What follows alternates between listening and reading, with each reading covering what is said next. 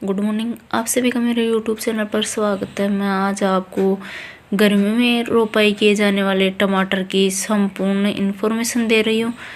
तो वीडियो को शुरू से एंड तक देखना, स्किप मत करना, जिससे आपको A to Z संपूर्ण इन्फॉर्मेशन इसी वीडियो में मिल सके। तो टमाटर की रोपाई से सबसे पहला इम्पोर्टेंट काम है ज़मीन के लिए खाद उर्वरक डालना। तो इस खेत के अंदर हम टमाटर रोपाई करेंगे, उससे पहले हमने यहाँ गोबर की खाद डाली है पूरे खेत के अंदर। जब आप इसके अंदर गोबर की खाद डालो, वो करीब 6-7 मंथ पुरानी होनी चाहिए। ताज़ा गोबर की खाद नहीं डालनी चाहिए। ताज़ा गोबर की खाद यदि खेत में डाल दोगे तो इसके अंदर कीड़े की प्रॉब्लम हो जाएगी, इसमें लट पैदा हो जाएगी। और जब आप इसमें फसल ग्रो करोगे तो आपकी फसल में आप कीटनाशक डालते रहोगे, फिर भी आपकी जो ये कीड़े की प्रॉब्लम होगी वो नहीं मिट पाएगी, उसका निजात नहीं पा पाओगे। इसलिए इसके अंदर पुरानी खाद डालनी चाहिए, जिससे इसमें कीड़े की प्रॉब्लम नहीं होगी, लट वगैरह की प्रॉब्लम नहीं होगी। इसके अंदर हमने इसके अंदर है जो खाद डाली है, पुरानी खाद है। और इसको फिर आजकल मशीनें आ गई हैं तो उनके द्वारा इसको भी खिरवा लिया जाता है। और खाद भी खिरने के बाद है इसके अंदर अच्छे से बुआई जुताई करा लेनी चाहिए। कल्टीवेटर है, रोटावेटर है, इस तरह से चलवा कर और इसको अच्छे से तैयार कर लेना चाहिए। फिर इसके अंदर जो मैज लगाना, पाटा लगाना बोलते हैं, वो लगवा कर और फिर इसके अंदर दोबारा से जो भी आप रोटावेटर या कल्टीवेटर जो चलवा रहे हैं वो चलवा कर और फिर इसके अंदर है ऊन वगैरह डालनी चाहिए। जो भेड़ों की ऊन होती है उसको खरीद कर, जैसे ये मुर्गी की बीट होती है वो डालना चाहो यदि इसमें खाद की कमी है और आप इसको और ज़्यादा उपजाऊ बनाना चाहो तो मुर्गी की बीट होती है वो डाल लेनी चाहिए।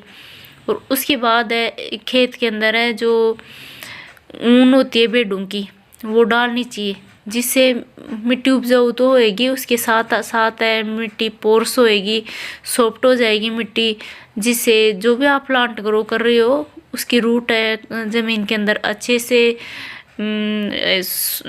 नीचे तक, गहराई तक जा पाएगी। और जो भी खाद वगैरह आपने डाला है मिट्टी के अंदर उसको ऑब्जर्व अच्छे से कर लेगी। तो इसके अंदर है हमने खाद डाल लिया है और मुर्गी की बीट का छिड़काव किया है। और अब इसके अंदर है जो ऊन होती है वो हम 1-2-3 खेतों के अंदर ये फसल रोपाई कर रहे हैं। तो किसी का मैंने यहाँ वीडियो बना लिया है ऊन भी खेलने का, तो किसी का खाद डालने का, पर सभी खेतों को अच्छे से तैयार किया है। तो ये है ऊन भी खेलना। इस तरह से ये वाइट कलर की भेड़ होती है तो उनकी ऊन है वाइट होती है।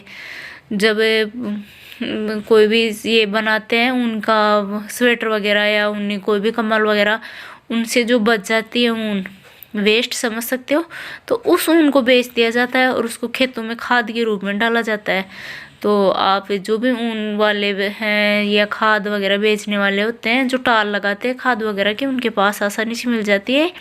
और इसको खरीद कर और जहाँ आप फसल ग्रो कर रहे हैं उसमें टमाटर है, गोभी है, मिर्ची है, खीरा है, जो भी कोई भी फसल आप ग्रो कर रहे हो उसके अंदर इसका छिड़काव कर दीजिए इस तरह से। फिर इस खेत के अंदर आप अच्छे से दोबारा से बुआई जुताई करवाइए, रोटावेटर चलवाइए और उसके बाद है खेत के अंदर है बेड डलवाने चाहिए। जब आप कोई भी वेजिटेबल ग्रो करो तो खेत के अंदर है बेड डलवा कर, ड्रिप सिस्टम लगा कर और फिर फसल को ग्रो करोगे तो आपकी फसल है अच्छी रहेगी और कम सिंचाई के अंदर अच्छी पैदावार मिल जाएगी आपको। जब आप एक क्यारी बनाकर और सिंचाई करोगे तो उसके अंदर है पानी की ज़्यादा ज़रूरत होती है। और ये ड्रिप में जो बूंद बूंद सिंचाई होती है, ड्रॉप सिंचाई, इसके अंदर थोड़े पानी में भी अच्छी पैदावार मिल जाती है। काफ़ी दूरी में सिंचाई हो सकती है ड्रॉप से। तो इसमें ड्रिप इरिगेशन लगा लेना चाहिए, जिससे आपके लिए इसमें सिंचाई करना अच्छा रहेगा, आसानी से हो जाएगी और कम पानी में अच्छी पैदावार मिल जाएगी। इसके बाद है आप कोई भी फसल ग्रो कर रहे हो तो मल्चिंग बिछा सकते हो। मल्चिंग बिछाओगे तो खरपतवार की प्रॉब्लम नहीं होगी। और यदि मल्चिंग नहीं बिछा रहे हो तो भी आप फसल ग्रो कर सकते हो। टमाटर की फसल में वैसे इसकी ज़्यादा ज़रूरत होती नहीं है, क्योंकि टमाटर की फसल के अंदर है मल्चिंग बिछाएंगे तो जब ज़्यादा गर्मियाँ पड़ेंगी उस टाइम पर जो टमाटर लगेंगे वो इसके ऊपर जैसे फैल जाएंगे और ज़्यादा गर्मी से फिर वो ख़राब हो जाएंगे। तो बिना मल्चिंग के यदि ये बिछाओ लगाओगे आपके टमाटर की फसल तो अच्छी रहेगी आपके लिए। और मिर्ची की फसल ग्रो कर रहे हो तो मिर्ची के लिए आपको चाहिए कि वो ये जो मल्चिंग है ये बिछाना ज़रूरी होता है, क्योंकि ये लंबे समय तक चलने वाली फसल होती है। लगभग ये सितंबर अक्टूबर तक आराम से पैदावार देने वाली फसल होती है। और उस टाइम में बरसात का सीज़न होता है तो इसमें ज़्यादा निराई गुड़ाई की ज़रूरत होती है। और बेड है, ज़्यादा बरसात की वजह से पानी के साथ बह जाते हैं मिट्टी बेडों की, तो उसके लिए आपकी मल्चिंग रहेगी तो ये मिट्टी है ऐसे कैसे जमी रहेगी और नुकसान नहीं होगा। तो मिर्ची की फसल में बिछा सकते हो, टमाटर के में नहीं बिछाओ तो भी चल जाएगा, और बिछाना चाहो तो आपकी मर्जी पे डिपेंड करता है। इस गर्मियों की फसल होती है, ये वैसे अच्छी पैदावार देने वाली होती है। इसमें काफ़ी सारी वैरायटीज़ होती हैं। जैसे हम मेरे एक्सपीरियंस के अनुसार बताऊं तो जो ग्रीनदारी का रक्षक सीड्स है वो हमारी जो मिट्टी है इसके अंदर अच्छी पैदावार देता है और इसका अच्छा रिजल्ट मिलता है जब भी फसल ग्रो करते हैं। इसमें दवा वगैरह की कम ज़रूरत होती है।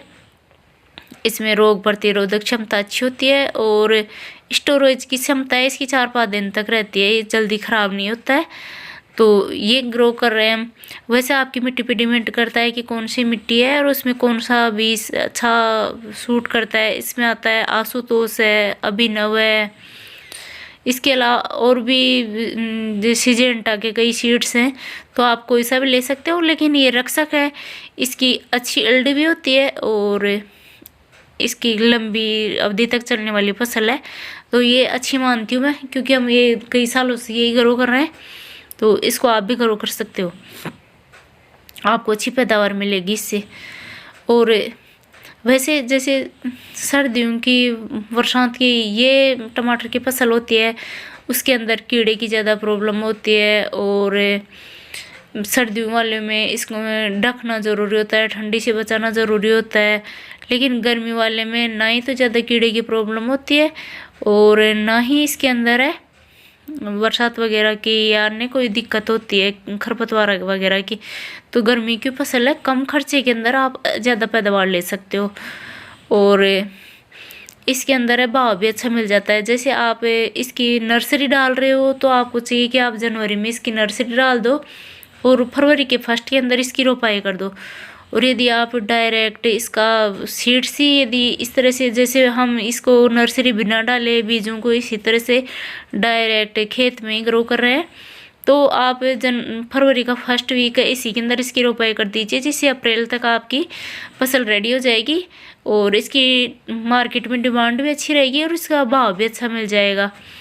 और आप चाहो तो इसकी जैसे आपने पूरे खेत में ग्रो कर लिया है और जब ये ग्रो करो तो ड्रिप इरिगेशन के जो होल बने हुए होते हैं उसमें हर होल के पास 2-2 सीड्स ग्रो कर देनी चाहिए, जिससे अब वो जो पौधे रहें उनमें अच्छी पैदावार मिल सके। एक के साथ कोई बीज उगा नहीं है तो दूसरा उग जाएगा, इस तरह से सोचकर।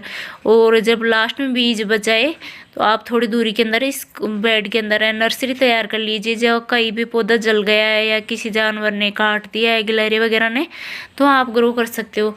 तो एक जगह आप बीजों को बिखेर कर और फिर इस पर थोड़ी मिट्टी डाल दीजिए, जिससे वहाँ आपकी नर्सरी तैयार हो जाएगी। फिर आप उसको कहीं भी आप ग्रो कर सकते हो जहाँ बीज ग्रो किए हैं वो उगे नहीं किसी कारण से या जल गए या किसी जानवर ने काट दिया, तो वहाँ आप इनको उगा सकते हो। इस तरह से आप इस टमाटर की फसल है गर्मियों वाली आसानी से ले सकते हो और इसमें अच्छा भाव भी मिल जाएगा आपको और इसमें ज़्यादा कुछ खर्चे की ज़रूरत नहीं होती है। थोड़ी खर्चे के अंदर अच्छी पैदावार देने वाली फसल होती है टमाटर की।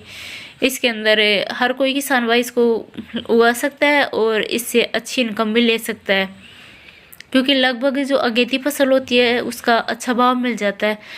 और जब पछेती होती है लगभग लोगों के उस टाइम पे अगेती वाले के भी टमाटर आ रहे होते हैं और पछेती वाले के तो उस टाइम भाव डाउन हो जाता है। तो अगेती फसल ग्रो करोगे तो आपको अच्छा बेनिफिट मिल जाएगा। और यदि आप जनवरी में नहीं तैयार किए हो नर्सरी तो फरवरी के फर्स्ट में लगा दीजिए डायरेक्ट बीजों को, वो लगभग 5 दिन के अंदर उग जाएंगे और फिर आसानी से अच्छी ग्रोथ भी कर पाएंगे। ये वीडियो आपको अच्छी लगे तो मेरे वीडियो को लाइक करना, शेयर करना। अभी तक चैनल को सब्सक्राइब नहीं किया तो सब्सक्राइब ज़रूर कर लेना, बेल आइकन प्रेस करना, जिससे आपको मेरे नए वीडियो की नोटिफिकेशन मिल सके। और कमेंट करके ज़रूर बताना कि आपको ये मेरा वीडियो कैसा लगा। हमारे यहाँ इसकी साइड में गेहूं की फसल भी तैयार हो रखी है। गेहूं की फसल भी काफ़ी अच्छी है। और ये हमारा शमशान घाट है, क्योंकि हमने हमारे बुजुर्गों को हमारे खेत के अंदर ही जलाया था, तो ये हमारे खेत में ही बना हुआ है। और यहीं पे हम इसके साइड में खेती करते हैं। इसके अंदर आंवले का बागान भी लगा हुआ है और इसी के अंदर है हम इसकी फसल तैयार कर रहे हैं टमाटर की। और साइड में गेहूँ गरो कर रखे हैं। तो आप भी एक जो ज़मीन है उसे डबल बेनिफिट ले सकते हो। उसके अंदर कोई भी जो फ्रूट्स के प्लांट हैं वो लगा सकते हो, उसे फ्रूट्स भी ले सकते हो और वेजिटेबल भी। उसके बीच में जो जगह बची हुई होती है उसमें इस तरह से बेड डालकर और उसके अंदर आप कोई भी वेजिटेबल भी ले सकते हो, जिससे आपको एक खेत से डबल बेनिफिट मिलेगा। ये देख सकते हो हमारी गेहूँ की फसल है, ये काफ़ी अच्छी है। और आशा करती हूँ कि हमारी जो टमाटर की फसल घरों की है वो भी काफ़ी अच्छी होगी। अब जब ये उग कर रेडी हो जाएगी उसके बाद मैं आपको अन्य वीडियो बनाकर दिखाऊंगी कैसी उगी है और किस तरह से तैयार हो रही है। क्योंकि ये टाइमिंग है बेस्ट है ग्रो करने का, तो आप भी ग्रो कर दीजिए जिससे आपको अच्छा बेनिफिट मिल सके। शुरू से एंड तक वीडियो देखने के लिए थैंक यू। और एक बार मेरे चैनल पर जितने भी वीडियो डाले गए हैं उन सभी पे एक बार ज़रूर विजिट करना, जिससे आपको कुछ ना कुछ नई इन्फॉर्मेशन मिलेगी उन सभी वीडियो में, तो उनको ज़रूर देख लेना।